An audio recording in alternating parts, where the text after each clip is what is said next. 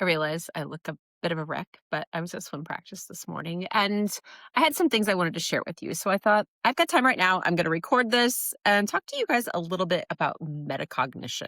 Do you know what that word is? I remember my son coming home in elementary school. I want to say first grade, second grade, and he said, I learned a new word. It's metacognition. And honestly, I had to look it up. And I was like, why does this kid know this giant word and what is it? And I'm like, kind of abstract for a first grader, but it was an important concept that he learned way before I learned it. If we've not met, my name's Megan. I'm a performance mindset coach. I help athletes and executives work through the garbage in their heads so that they feel clear and confident no matter what they're doing, so their performance improves.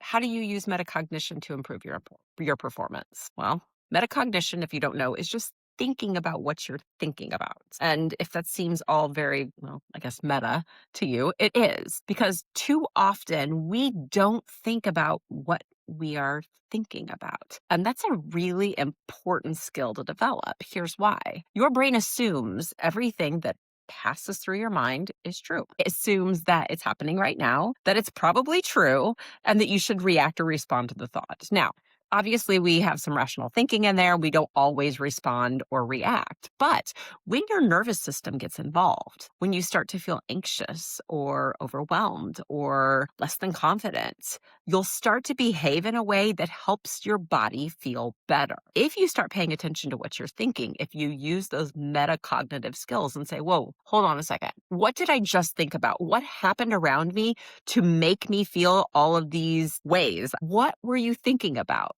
Whether it's a story you're telling yourself about something that you want to do or something you're afraid you can't do, something you think you're good at or something you think you're not good at, knowing what you're thinking about allows you to choose a different thought. And if that seems too big for you, trust me, at one point in my life, that felt impossible. If that feels too big for you, I promise you it's not. But you have to be mindful of what you're thinking and how your body's feeling to choose different thoughts. That was the premise that my first grader taught me years ago about pausing and paying attention to your thoughts. It's a really important skill. This is how we choose how we want to behave, how we want to treat other people, how we want to approach big meetings, big opportunities, maybe big sporting events if you're an athlete. When we pay attention to what we're thinking, we can change the narrative. And when we change what we say, we change how we behave because we change how our bodies feels. Now, how do I do this with clients? It's really simple. We start with looking at what your habits are. Like what's working really, really well for you? Because I promise you, even if you feel like things are all falling apart, they're not. That is actually just a thought. There are some things that are going well. Let's find those things. Then let's find the things that aren't going well because not everything is going well. And as a matter of fact, as you go through life, you're going to have certain times when one part of your life is going amazing and the other part feels like it's falling apart. That's pretty normal. I do all of this on a performance audit with people. It's totally free. You spend 45 minutes to an hour on the phone with me, and I'm like, tell me about this part of your life. Tell me about this part of your life. Rank it for me. Why was it a 5? What would it be like if it were a 10? What would you be doing if it was a 10? What would you not be doing if it was a 10? So we go through all these different areas of your life and we come up with an evaluation of where you need to focus your attention. Once you know what needs your attention, what area of your life or what's really not working for you, that allows you to look even closer at the thoughts that you're having about maybe what's going on, the situations in your life, why you think that you don't have what you want. You can say, okay, maybe you're telling yourself that you're just not quite ready to put this idea into the world. And then you go through this laundry list of ideas of, wow, what this isn't perfect enough. What will everybody think about me? You know what? If I just knew this one part, it would be ready to go.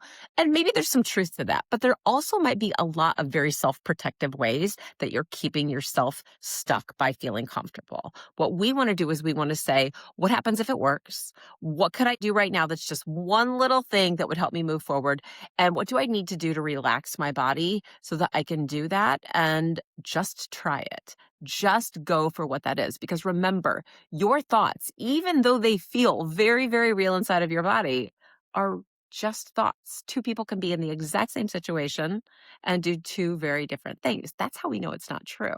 So, as a coach, when I'm measuring what's actually factual, it has to be something that where you can present evidence, something that you could maybe like take to court. Like, I'm presenting this as evidence. And if you can find a situation where it's not true, we have to assume, even just for a moment, that it just feels true and find other alternatives. This is really changing the mindset that you have about the things that are happening in your life, what your abilities are, and what you're capable of. Because mindset is not toxic positivity. It's not going out there and telling everybody that you're the like queen of the world or the best at everything. It's not bragging. It's not any of those things. It's just being honest about what your strengths are and then what you're willing to try and finding the courage to try the things that scare you by changing what you think just a little bit. There's positive psychology involved in this. It is scientifically studied and proven. In fact, you can go back and listen to my episode that I did just recently with Chris DeSantis, where he talks all about positive psychology. The guy went to school at University of Penn for this. He knows his stuff. It's a fantastic episode. I really hope that you'll go back and listen to that one to learn more about his work. He works a lot with athletes and coaches on this, like swim coaches and other coaches on this. And that's part of the reason that I do what I do, because I know that my swimmers, I'm a swim coach, and I also coach executives, as I told you at the beginning of this video, that my swimmers and my executives and the people that I'm working with, when they start to question their thoughts, when they start to get curious instead of judgmental, everything changes in their sport and in their business and in their personal life, because we can't separate our work from our actual personal life. Work-life balance is great, but every time we have to remember that work-life balance doesn't mean that everything's equal all the time. Sometimes we work a little harder and sometimes we play a little harder. That's the way it's supposed to be.